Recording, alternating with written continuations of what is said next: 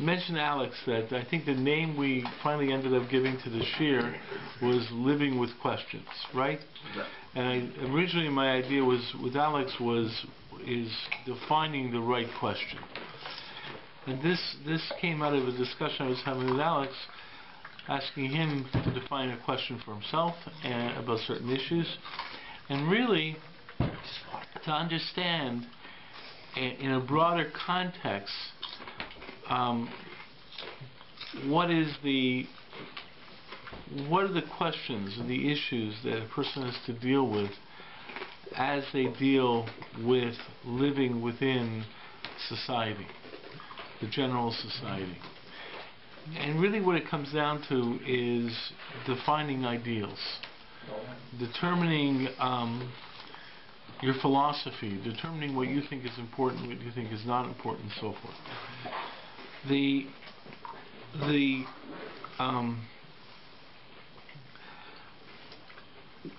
basically come up with some idea of what we think is right and wrong, and so forth. And generally, this involves some idea of what we think is the ideal that we want to work towards. Some idea of what we think is an objective in our lives to make our lives better, in a qualitative sense, in a ethical, moral, philosophical sense, and so forth. In doing so, we have to ask the right questions, and we have to come down to a determination of what really is our objective, what really is our ideal. The fact is that we sometimes aren't aware of what we really think are our ideals. We hear a lot of people's voices about what is right and wrong, or what should be your ideals, and sometimes we sort of buy them on a sort of, what I would say, even superficial level, where we sort of think, yeah, okay, I take that as right, or that's where we should be going. But the truth is where we live, and our questions, and and the turmoil within our own lives really point to the fact that we're really not sure if that really is our ideal. We're really not sure if that's what we really think is right. Let me sort of give you an example.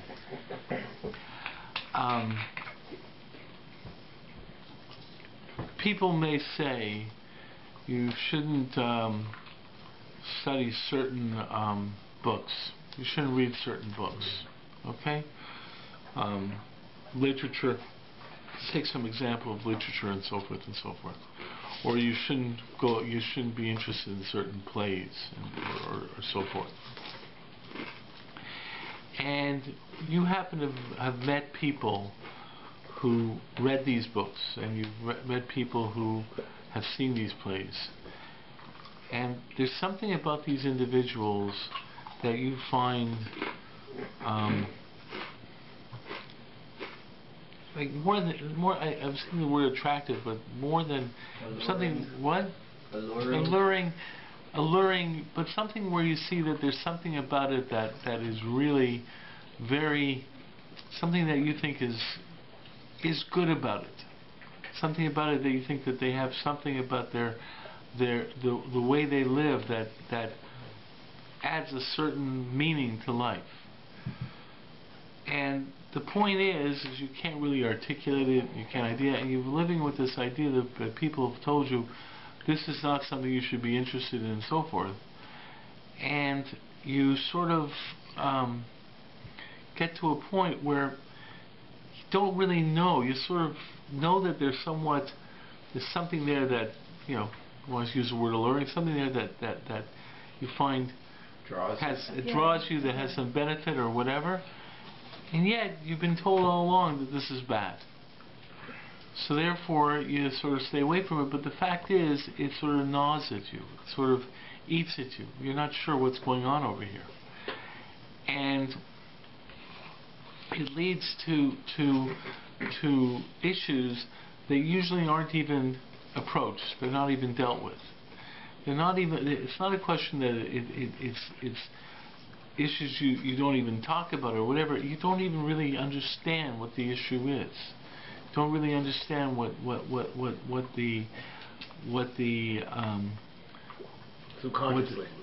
Yeah, in your mind, you don't really understand what's drawing you to this perspective.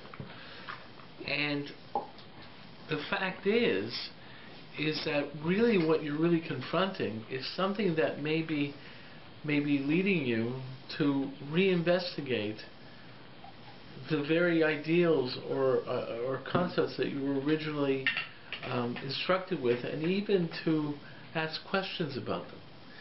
But to know how to ask questions in a full way, because a lot of times what your questions do, or what happens to a lot of people, if they do get to a point of asking questions, the questions become critiques, and therefore they basically, challenge everything and sort of just basically, you must be totally wrong.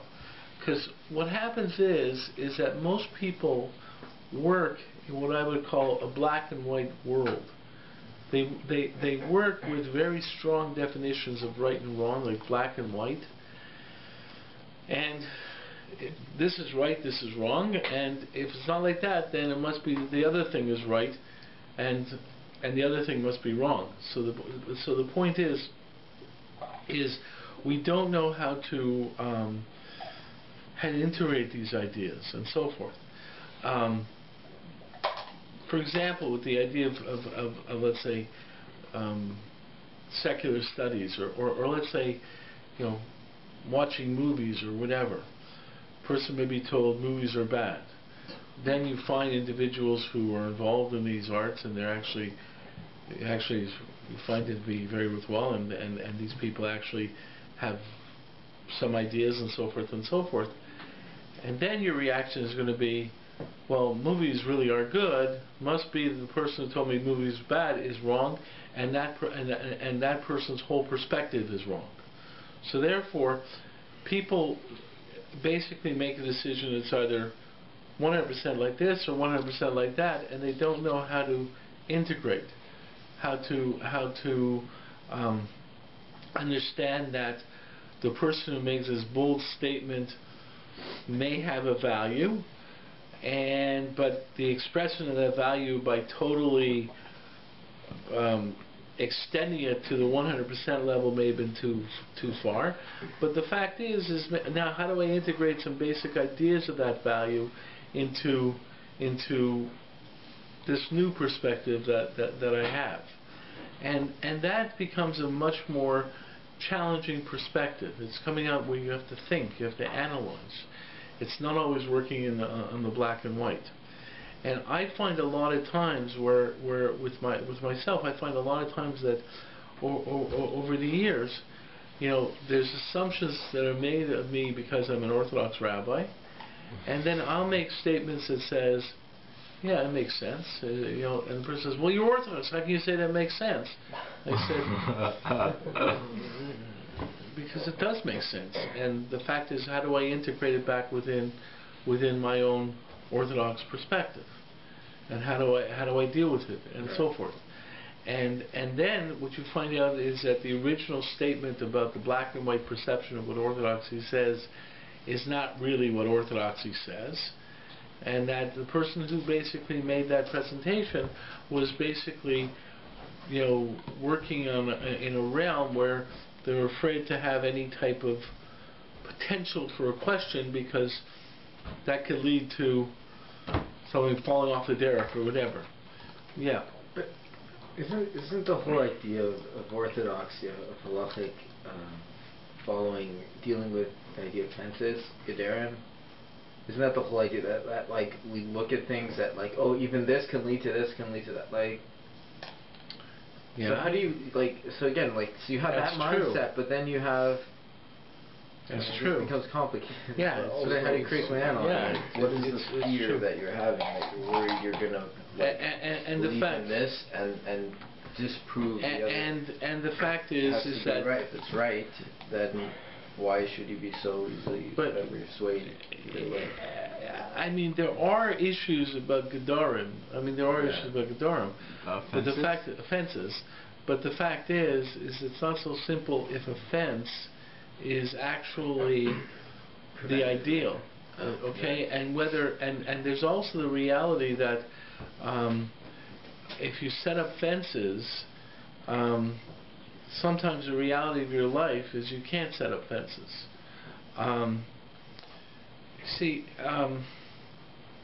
There's an interesting thing. So a friend of mine told me of a story with his father.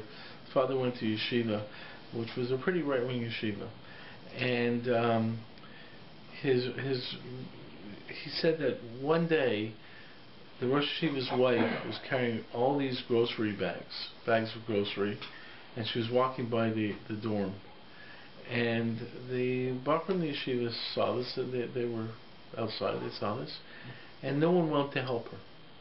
And she had to schlep home. She was really schlep home from all these bags and so forth. So the next day, Rosh Yeshiva comes into the yeshiva and said, "Can you help my wife? She really could have used your help. She was falling under those bags." Oh, woman, and he says, "What are you talking about? She needed help. Why didn't you help her?" The fact is that sometimes, these guys are putting up such gedarim and so forth, that there is a certain point in time where, hey, something, and that's obviously an extreme case where it's obviously so stupid that these guys didn't help him. But the fact is that the Gemara mentions of what's called a chassid shoita. It's the case of a chassid shoita. The case of a chassid shoita is that you see a woman drowning in the river, and you don't go in to save her. Okay? Now, it says you're chassid shoita. Now, why don't you go in to save her? Because if a woman was in the river back in those days, she went in to bathe. She went, and when they went swimming in those days, they didn't have swimming suits. So basically, the assumption would be that the woman was naked, right? Okay, and the woman's in the river, and she's and all of a sudden, she gets a cramp, and she's drowning or whatever, right? So the guy's sitting there saying, it's kind of some fushes, so I should save her, but maybe she's a nida, and stuff like this. And after all, Gili Arias is overrides Fichas Damim, right?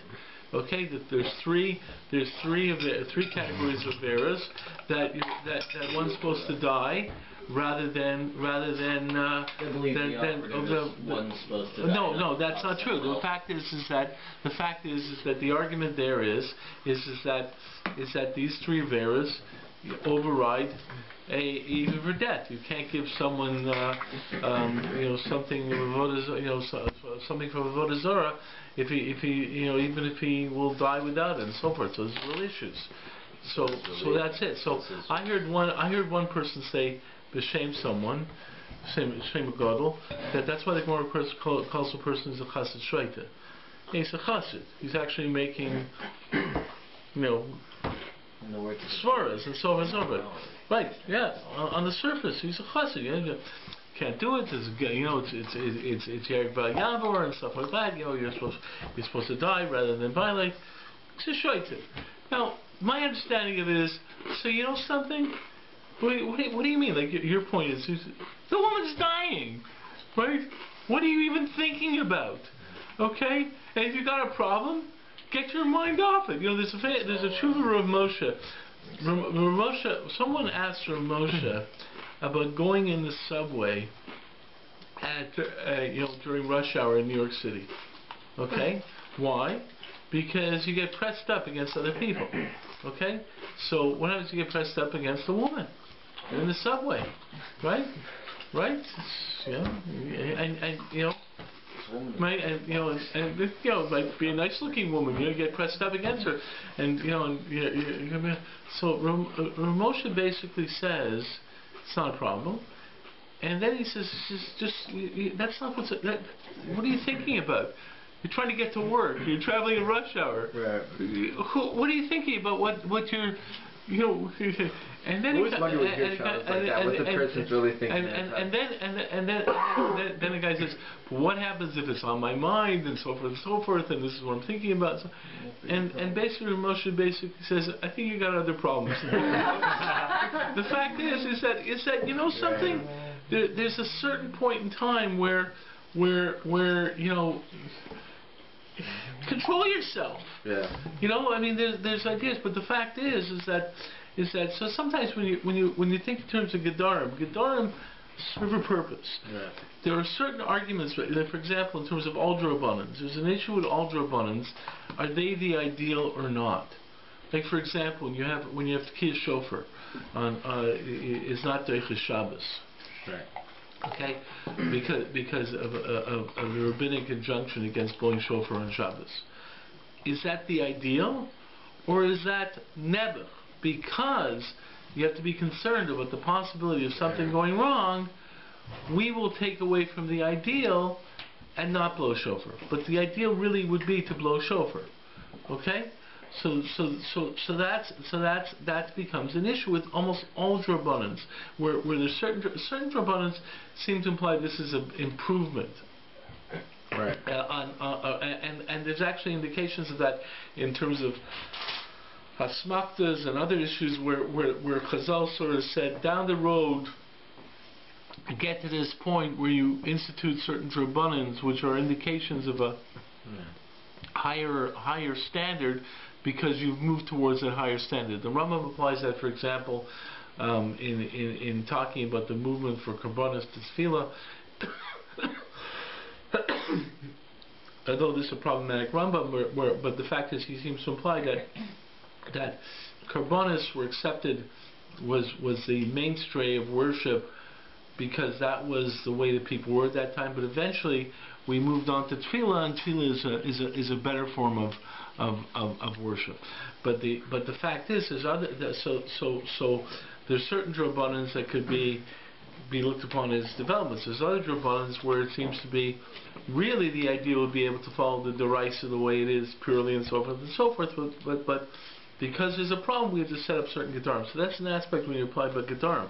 But that doesn't mean Gedarim are always the ultimate ideal. The fact is that there are certain situations where you want to where you don't even have the choice of Gedarim, because there's other things that have to be done. So therefore you have to sit there and say, listen, I know there are challenges in doing this and so forth, but I have to go further and develop these ideals and so forth. So the fact is that this is all part of the concepts and ideas of battling, of dealing with this various influences as we try to figure out what to do in the world. And what happens is many people are given very strong black and white messages, and the fact is what they're not taught is how then to apply these black and white messages as they get older and they see the complexity of life, and they have to try and work with the real world and the fact that there are other values that exist in the real world. And I started off with talking about let's say literature. I'm not a real big reader of fiction, which really is very different than every other member of my family. My wife is a Bucky in fiction, and my kids are also very strong readers of fiction and so forth and so forth. Is there value in it or not? So people say, well, what do you need fiction for? Yet I've heard that Rav Lichtenstein said you can't understand Shir Shirim unless you read Milton's Paradise Lost.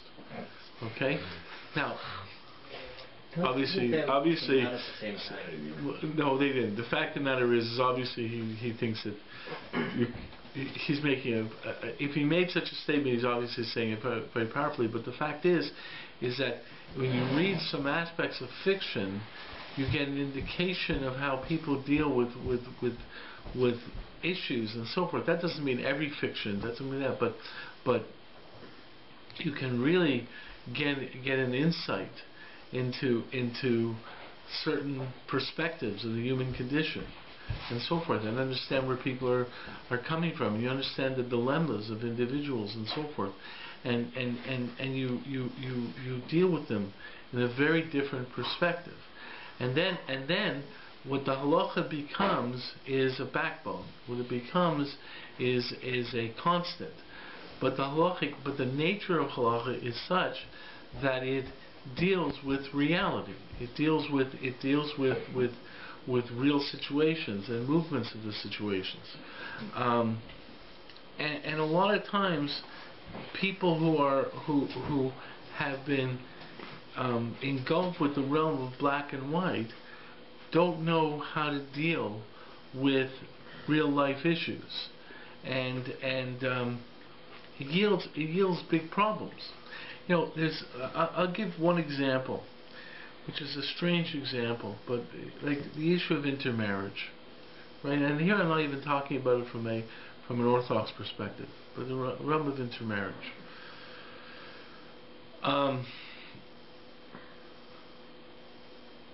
Invariably, it's, you know, I remember this is one example where this elderly couple had a son who was married to a non-Jewish woman. Okay? Now, there are cases, this may seem extremely strange, but there are cases, and I know of a couple of the cases because people have told me this, where there's an intermarriage and they keep a kosher home. Okay? Because the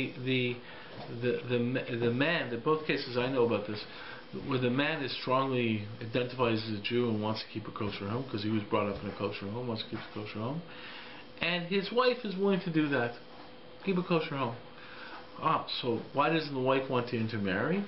Because she has her heritage, and because she doesn't want to cause a rift with her parents. Okay, so they come to this compromise: we'll keep a kosher home, and she won't convert, whatever. And something like having the Christmas tree and the Hanukkah menorah, the same thing, 30-something, and did that. Okay, so the point is you come with things. So this couple, you know, and the truth is, I met the son, I met the daughter, and very nice people and so forth. And this elderly couple were telling me about their son who was married to this woman and so forth and so forth. And at first they were so upset about this intermarriage. They wouldn't talk to her and so forth and so forth. Then they found out she was really a remarkably nice person, and just really like a very, very nice person. And once they got to know her, he said, this was someone that we're very happy that he married a woman like this. And I'm listening to this and saying, like in the back of my mind, I'm saying, you think your wife would marry a shrew? I mean, it's like, and you don't know how many times you hear this in this thing where they're intermarried, and I was so upset, but then I met them, and what a nice person they are. No, your kid was going to marry someone who was not a nice person, right? Because there's this mythology that, you know, against intermarriage, that you can't intermarry because they all hate you. I remember there was a book that came out in the 70s, How to Stop an Intermarriage, and that book got me so upset because I remember reading at the time about Howard Cosell. I don't know if you know Howard Cosell. He was this big sports announcer who everyone knew was a Jew and so forth and so forth. And he was married to a non-Jewish woman, and their story was like a love story, so forth. So this book comes out and says every intermarriage is doomed to failure, and there's latent anti-Semitism and stuff like that. And this book comes out, and then you find stories of intermarried couples who actually, have very nice lives, Shockingly, of Jewish couples who divorce. Right. So the point is that so it's like this whole idea that, must be something bad. Well, the truth is that the reason people intermarry is because they find someone who's a very nice person who doesn't share their faith. So therefore, they connect on that level. So the point is that intermarriage is not because the prohibition of intermarriage is not because every non-Jew is not a person worthy of being married. I don't even want to say the words, but the fact is that's a simple answer that's given. Or every non-Jew is a latent anti-Semite or something like that. I mean, every shiksa wants to sleep with a Jewish boy. Whatever. Okay, let's be careful about our language here. Right? Okay, the fact is about this. But the fact is that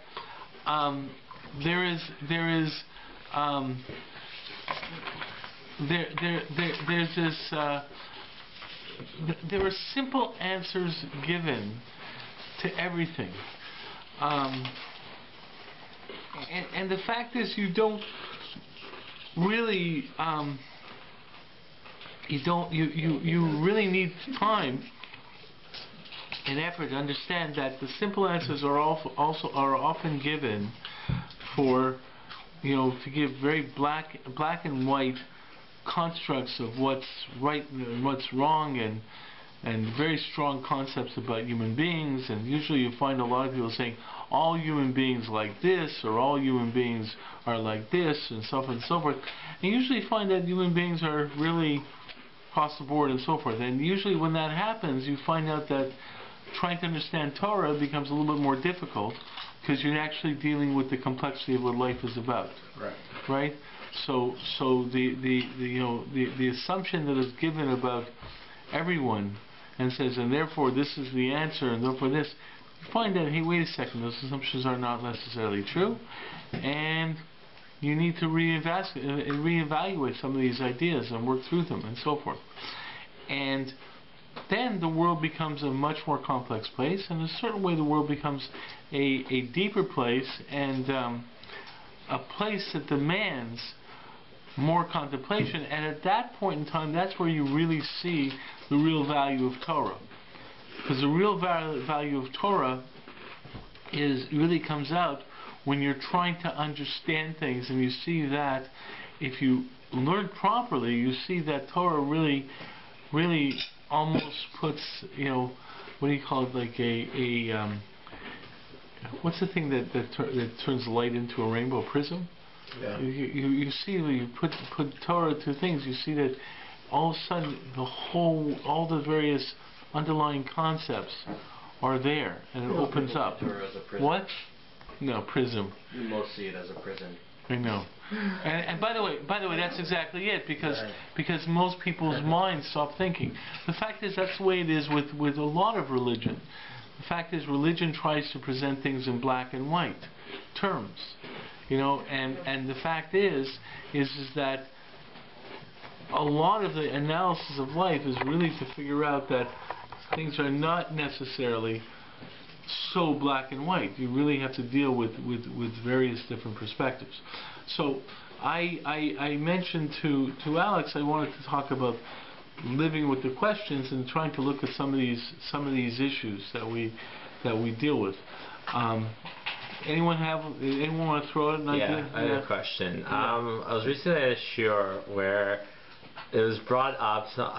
Someone wanted to bring some girls over to the shiur. Yeah. And the person giving the shiur said it was not Tsanua, and you need a separation, or unless it's introduction kiruv kind of shiur going on, you have to have either separation or one or the other, like either all boys or all girls. So I was wondering, what was your opinion on that? What is your opinion on that? Yeah. And also another point he was making, and I had two-part. he talked about how like nowadays it's scientific. You can prove the Torah scientifically. And you were saying, I remember in a prior shore that like nowadays we don't really have what they had back in the times of the miracles going on in the Bamidbar and the Joshua and the Yericho. That it's harder to convince people to believe or something like that. And first of all, what does it mean you can prove the Torah scientifically? It's more like we're saying like the stuff like there's like the way the science of the Talmud predicts, and then we prove like 1,500 years later numbers that led up to certain modern. Well, they work technologically. I think we should pass what we assume. Let's go to the first question now. Let's stick with the first question. Okay. So the fact is let's look at the issue here.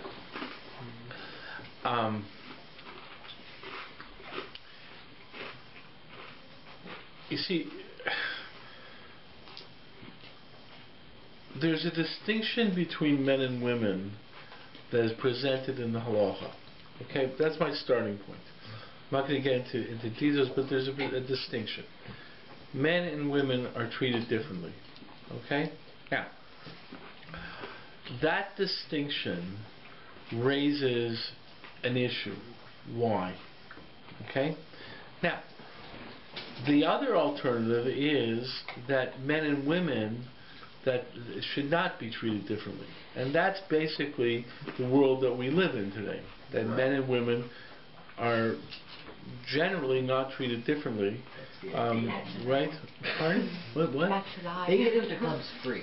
No, but the point is... Okay. The point is that we have concepts that discrimination based upon sex is a problem, and then you have to work with what the justification is that for discrimination. You have in halacha you have halacha where there is a strong distinction between men and women in a lot of halachic categories. Okay. So what is the difference between men and women on that level? So, what happened throughout the centuries is that simple answers were given, or I should say, simplistic answers were given to explain the difference between men and women on many, many different planes. Okay? And this is not, I'm not just talking within Judaism, but throughout the world. So the fact is that there was ideas that women were more emotional. Therefore, that's why they can't govern, because they're more emotional. Okay, good. So you go throughout the world and find how many women have taken on positions of government. So, are you going to say people like Margaret Thatcher and Indira Gandhi and Angela Merkel and all? So they really shouldn't take a position because they're more emotional. People would find that to be insulting and so forth. So the point is what existed for years are certain perceptions that maintain a certain distinctive status quo, which is a distinction. The point is that halacha makes some distinctions, and there's movements in terms of halacha, in terms of really understanding what is distinctions that are applicable today in our world, and just because there was a distinction that was done 100 years ago, 20 years ago, should that distinction still apply? So there's a lot of people who say that women should be learning Gemara, okay, nowadays in our world today, and even though 200 years ago that was unheard of, and I'm talking within the Orthodox world. So the point is, wait, what? What? So the point is that so there are movements on the distinctions and so forth. However, the bottom line is halacha does make that distinction. So then you have to start thinking about what was the basis of that distinction, and then you have to take the extension of that distinction, or the extension. What happens is it's like, for example, you're talking about mechitza. Let's say mechitza in davening. So what's the problem with mechitza in davening? Why do men and women have to be separate in davening? And that's a clear-cut halacha, right? That's bottom. So why do they have to be separate? All the people who don't use a sitter to daven. Right? Why? What's the problem? What is the problem?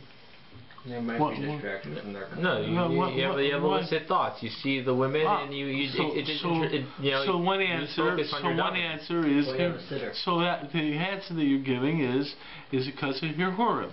because the fact is that if you don't have mechitza, okay, you will look around, and and when looking at the women, you will have improper thoughts. That doesn't work because the halachic mechitza. You can look over and the fact is that actually is Ramosha's argument against that argument for mechitza. Okay, because the truth is that the Satmar Rav really held the mechitza, and others held the mechitza had to make it that you couldn't see the women. Because their concern was, if you look at the women, you're going to have this type of, possibly having certain thoughts. The point is, though, is that's based upon the idea that if a man looks at a woman, immediately he's going to go to a certain thought process. Okay, the fact is some people say that's incorrect. The fact is why can't a man be in a room with a woman and not think of certain things? I don't definitely think of certain things. Well, it depends if it's an older one, like an elder. The fact is, a lot has to depend. The fact is that yes, could happen, not happen. The point is, though, is that certain thoughts can also happen when you're walking down the street. The point is that it comes down to an issue where you're also the one seeing is also a factor. So don't think about those things. Okay, if you're going to school to study, don't get distracted by what other people are having, and then maybe if you're really concerned about being distracted, maybe you can't go to a co-ed school. But a lot of people go to co-ed school and do pretty good because they don't get distracted. The fact is that Ramosha's answer about mechitza is that the concern is kalas rosh. Okay, the concern is not. What's kalas rosh? Kalas rosh is levity. Is levity in language. What he's basically saying is that there's a greater chance for more colloquial conversation. Okay? In other words, in a mixed environment, you have a certain type of a greater chance for a certain type of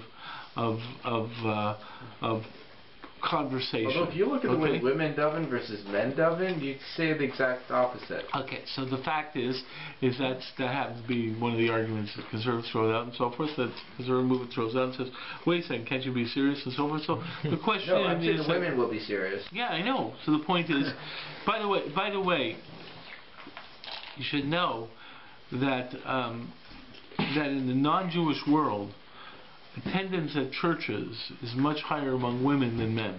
Much higher. Okay? No, actually, the fact is I remember once in a position I had, I was asked to lead a church group through. They came on a Shabbos morning to look at the. No, they came. I don't think it was. I can't remember if they came on a Shabbos morning to look, or they just came for davening. And they were one of the comments was like a teen group came to look, and one of the comments were, "Wow, there's so many men in the synagogue. You never see that kind of population of men in the synagogue in the church." The fact is women may take religion more seriously. The general population of people think. Well, religion is more of an emotional thing than a logical thing. Well, that's true. That's possible. But the fact is that the issue of kalas rosh raises the question. So, what does Ramosh mean by kalas rosh? The fact is he believes that there's a certain aspect of what happens in a co-ed situation rather than a non-co-ed situation, but not because you're looking, but because of the mechanics. So, there's another sheet I want to throw out also. Yeah. Isn't it more like the action would be if the woman was being like provocative, for example? That for sure. I mean, the fact of the matter, as Ramosha says, is the reason that looking can't be the reason for mechitza. One of his arguments is because you're expecting every woman who comes to shul to be dressed theistically anyways. So therefore, that's a further aspect of the perspective. The fact is, though, is that there's another thing also. Rabbi CHABURA says a totally different perspective, and Rabbi perspective is completely like different. He says the whole purpose of mechitza is to separate the husband and wife. Why? What? Why? Why? Seriously, why do you want to separate the husband and wife? It would never happen without. No, why? It's a good question. Sometimes it's Why? healthy to have They can hang that. out with their friends. Because the husband needs to have his space. Because the fact is, you see, the problem is that one of the issues that's coming out here is that the fact is everything that's talked about between men and women all comes down to sexuality. It all comes down to sexuality. So therefore, the only way you can deal with the issue has to have something to do with sex. With proper sex and improper sex. And obviously, separation is improper because it's because of sex. But Hecht CHABURA's answer completely says, wait a second. What's really happening in relationships between men and women? Right. Sex? Is it only about sex? Sex is such a small part. Right. It depends. So what does he say? What does he say? Have a kid. Like. No, it's even there. What does he say the point is? It's an interesting thing also, and I pointed this out in another share I did recently. Right. The fact is, if you look into it, and then people sit there and say, well, the reason is because we're supposed to have kids. The fact is that if you look at the creation of children, or let's say of any type of progeny and so forth, the animal kingdom says that Zachar and Nekeva bara otam, right? So that for the purposes of creation, there's male and female. Okay? Why did God create male and female human beings? Nothing to do with procreation. Right? That's not what the Chumash says that Chava was created. What was the purpose for Chava to be created? Oh, because lo tov adam heyod levado. There's a loneliness. Yeah. Because it's not a good existential state. So Rabbi Hecht CHABURA, and this is throughout his writings, but the fact of the matter is, he says, what's the purpose of mechitza? It's to separate the husband from wife. Why? You can't daven together. Why? You won't feel lonely Because mimamakim praticha l'Hashem. Oh. Okay, mimamakim praticha l'Hashem. From the depths, you call to God. So the fact of the matter is a family that prays together, stays together. It's very true. The idea of the family pew, and Hecht CHABURA talks about the family pew. If you go to churches, they want the family pew, because the family pew, P-E-W, is the idea of this is a nice feeling. This is the idea of being together. Yes, which we have when we sit together at a Shabbos meal. That's why there's an interesting story. We don't know about this, but there are people who will not sit mixed on Friday nights at a meal. Maybe if a family is just alone, they'll sit mixed. But the fact is that they have guests. They have separate. Okay. Wait. We have men in one room, women in another room, right? And then the youngest boy becomes the sheikh between them. I've heard cases like that in Yerushalayim, where men are in one room, women in the other room on Friday nights. So the story goes that Chafetz Chaim was invited for a Shabbos to some Godel's table, and the person said, "You'd do a great honor if you'd be my guest." I guess Chafetz Chaim was staying somewhere. It'd be a great honor if you'd be a guest at my house Friday night, right? And it was obviously someone with a Chafetz Chaim who would eat in his house. So, so the point is that he was a chashva person, and the Chafetz Chaim says, "I'd be honored and so forth and so forth, but you should know, I always sit with my wife Friday night. So if you don't sit next to your table, I have to decline." Okay? Because Chafetz Chaim felt, no, Friday night you sit with your wife.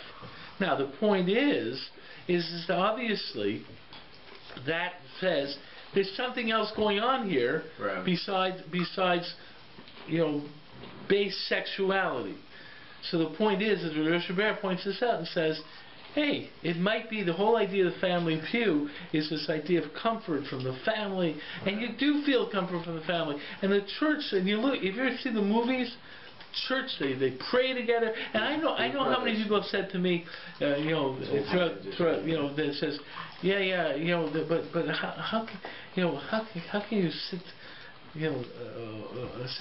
said how can the Orthodox, okay, you have mechitza, but when your son's going to be bar mitzvah, how can you not sit with your spouse, you know. Right. I mean, and the point is, almost a whole new perspective. The fact is the relationship between husband and wife is a relationship that is based upon the aspect of existential loneliness, the removal of existential loneliness. And then you can start asking questions: how does existential loneliness, you know, tie to sexuality? So then you're saying, that if you're not staying with your wife, you'll try to connect more with Hashem, because like the fact of the matter is what the Rav says. The Rav's idea is that the way that you relate to God. Okay, or one of the things from davening, it's a very interesting concept in terms of davening, because the fact is the essence of davening is a bakasha, is a request. Okay, so if you look at what are the formulations of davening, you need to have the introduction, which is basically sheva v'hodah. Okay, actually sheva, you praise God. So if you look at the structure, say of Shmoneh Esrei, first three brachos is praise of God. Okay, the last three brachos is hodah, is thank you. The inner three brachos are all bakashos. Okay, you know, barchenu, rafa'enu, so forth. These aspects of brachos. So the point is that's the classic structure of tefillah. Classic structure of tefillah comes from you beginning with a need and approaching God for a need. Now, a lot of people then say, well, that makes your prayer self-serving. Okay, because why are you praying to God? Okay, so a lot of people want to turn it around and say, the reason you should be praying to God is because you want to relate to Him, you want to have a connection to Him, and you don't want to make it about you. But if it's about you, but Kasha sitting there and saying, God, I need help. God, I need a parnasa. God, I need this. The fact is, you know, I need a livelihood. I have a problem. I'm about to go on the airplane. Please, making sure. The fact is that that's a classic perception of tefillah, that you go to God in need, and then you start off with praise. God, I know who I'm standing before, and then you leave with thank you and thank you for listening to me. Personal in the lashon, or is it? It's actually then the question. Then how does the person? That's another question. How does the personal in the Shmoneh Esrei connect to the communal? But aren't the requests kind of communal? The requests are communal, but the fact is you can also think in terms of personal. But what Rav Ber is saying, and then also you should have that type of feeling towards the community. So Rav Ber is saying something very powerful, that when you are with your spouse, you may feel comfort. The fact is you're not feeling that existential loneliness. But if you are separated in the existential loneliness, it's not the family. You know, there's a halacha that you're not allowed to kiss your kids in the Beis Knesset. Right? The fact is, if you say, and you basically recognize you're before God. You can't kiss your kids in a shul. No. The fact is that you're before God in need, and then you basically say, hey, now I understand what I'm asking. Every time they kiss a kid in shul, it's also. You really shouldn't kiss your kids in shul. The point is, like at the bar mitzvahs or the like. You know, I don't want to get involved in what people. I don't want to get involved in evaluating people. What I'm trying to say though is that there's a certain idea. And Rav Ber is making a very powerful statement about it. Rabbi Soloveitchik is making a very powerful statement about it. But the fact is that he has taken the mechitza and brought it to a new level. And the fact is that one of the problems that exists with the simplistic answers that we hear in so many ways. You can't do this because that. It's not even a chance easy. It's like is that all that life's about? Now the truth is, then you don't see the greater depth of it. I mean, one of the great issues that exists in life that no one really deals with, and it's becoming more and more of an issue, but the relationship between what we would call romantic love and sexuality. Why is it that there's this concept of love that somehow is connected to sexual attraction? Why should sexual attraction lead to a love situation? Now, the truth is, if you look in terms of Christianity said no, it doesn't. One of the arguments of Christianity was that was that sexuality takes away from love. Okay, in Catholicism, that's why in the Middle Ages you had the idea of the what do you call it, the woman, I'm thinking the woman who you really love is someone you never touch. Okay, the idea of the oh, I forget the exact term. They weren't nuns, right? No. The fact is there was a there was a concept where it's a concept in terms of sexuality by definition is self-serving. Therefore, it's not the ultimate definition of love. Like for example, self-serving for two people mutually, isn't that? Well, that gets into a further perspective from a halakhic perspective. But for example, the idea of the highest form of love in the Catholic perception was motherly love. Sexual love was deemed to be self-serving because the person received the benefit from it. Now, the fact is that from our perspective, the highest form of love is actually the romantic love between husband and wife. Okay, and that involves how does sexual attraction connect to love? That's a philosophical issue. Most people sidestep it. The fact is that you really need to deal with it. You need to deal with it to understand it. You have to understand. You deal with it from a halakhic perspective and understanding it. But the fact is, it changes your definition of understanding what love is about. But the fact is a lot of times when I'm raising this issue, a lot of times if you extend the concepts, you start seeing more and more issues that are involved. But the fact is that when I mentioned that case, I want to get back to the Chafetz Chaim statement that he said, I want to sit with my wife at a Friday night meal. Okay, and the fact is, he's saying Friday night meal is not about davening. Friday night meal is about a different concept. And in that concept, the fact that couples can sit together at the table can form a different type of